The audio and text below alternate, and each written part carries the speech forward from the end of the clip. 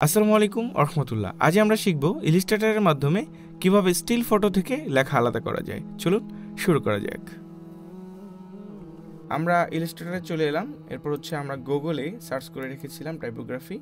এখান থেকে আমি এই লেখাটা নিয়ে নিলাম। আপনারা চাইলে যে কোনো লেখা নিতে পারেন, সমস্যা নেই। আমি কন্ট্রোল ভি দিয়ে পেস্ট করে দিলাম।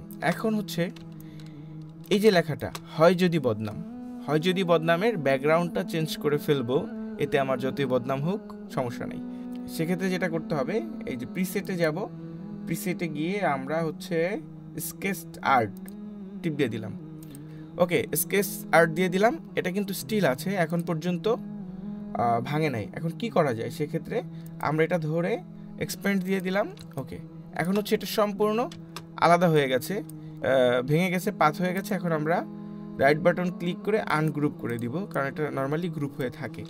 এখন এগুলো আমরা যদি ডিলিট করে দেই, ডিলেট। ওকে, এখন হয়ে গেল বদনাম। এই বদনা চাইলে আপনি সরিয়ে ফেলতে পারবেন, চাইলে বদনামের যদি সরাতে চান সরাতে পারবেন। এবং আপনি যদি চান যে না, এখান থেকে আপনি অল্প কিছু ব্যবহার করবেন, এই যে হোক আরও, আপনি চাইলে শুধু এতটুকুই ব্যবহার করতে পারবেন, কোনো সমস্যা নাই। ওকে, এখন আর একটা পোস্টার আমরা যদি হাতে আর্ট করি তাহলে কি এটার মতো হবে কিনা, চলুন সেটাও দেখে নিচ্ছি। ওকে, আমরা একটা পিকচার এনে রাখলাম, আমরা এটা নিয়ে নিলাম, একটু সরিয়ে নেই, এখানে সরাই। ওকে, ধরেন এটাও আমরা সেমভাবেই প্রিসেটে চলে গেলাম, স্কেচ আর্ট দিয়ে দিলাম এবং ওকে করে দিলাম। ওকে, এটা কিন্তু এত স্পষ্ট হয়নি। সেক্ষেত্রে যেটা করতে হবে, এটা আমাদের পেন টুল দিয়ে কাজটা করতে হবে। তাইলে যা করণীয়, আমরা এখানে চলে আসলাম, আবার এটা নিয়ে নিলাম, নিয়ে যেটা করণীয় সেটা পেন টুল।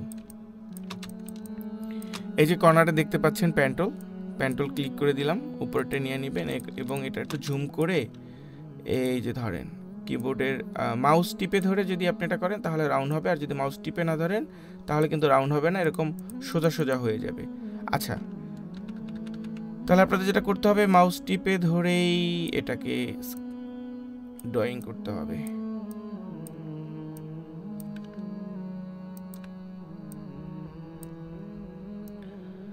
এটা হতে একটু সময় লাগবে।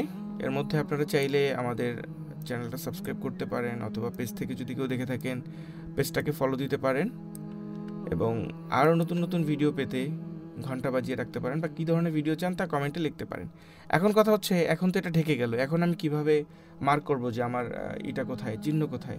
সেক্ষেত্রে আপনি কালারে যান, কালারে গিয়ে কালারটা কেটে দেন। কেটে দিলে আপনার মার্কসিং ঠিকই হবে, কিন্তু শুধুমাত্র কালারটা থাকবে না।